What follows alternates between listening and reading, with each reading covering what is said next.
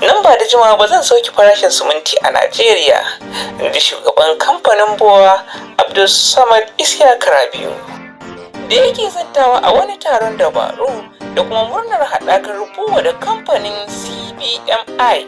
Shugaban kamfanin BUA Abdulsamad Isiyaka Rabiu ya bayyana cewa rage farashin na zuwa ne saboda karuwar darajar naira da aka samu a kwanan nan.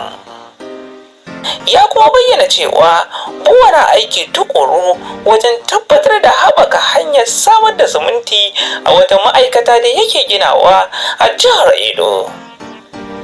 A cewarsa, ana aikin ne don tabbatar da wadatuwar siminti da sauran kayayyaki ga 'yan gida Najeriya da ma fitarwa zuwa ƙasashen waje.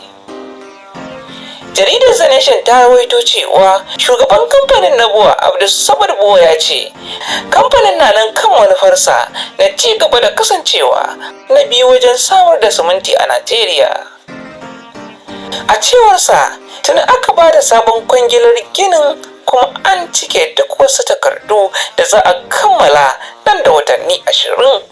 Muna murna da farin ciki haɗa kai da CBMI, a cewar Abdulsamad Isiyaka Rabiu.